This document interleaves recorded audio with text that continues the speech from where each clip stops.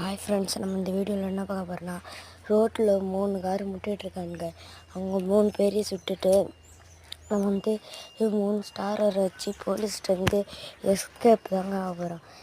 நம்ம ஃபஸ்ட்டு இப்போ ஹெல்த் அதிகமாக இருக்கும் போட்டுக்கலாம். இப்போ நம்ம 3 கார் இது இருக்காங்க பார்த்தீங்களா, அவங்கள போய் சுட்டுக்கலாம்.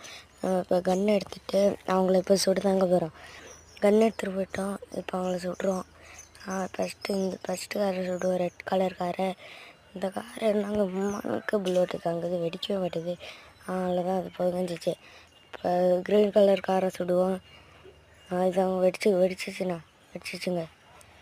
இப்போ ப்ளூ கலர் கார் டயர்லேயே சுடுவோம்.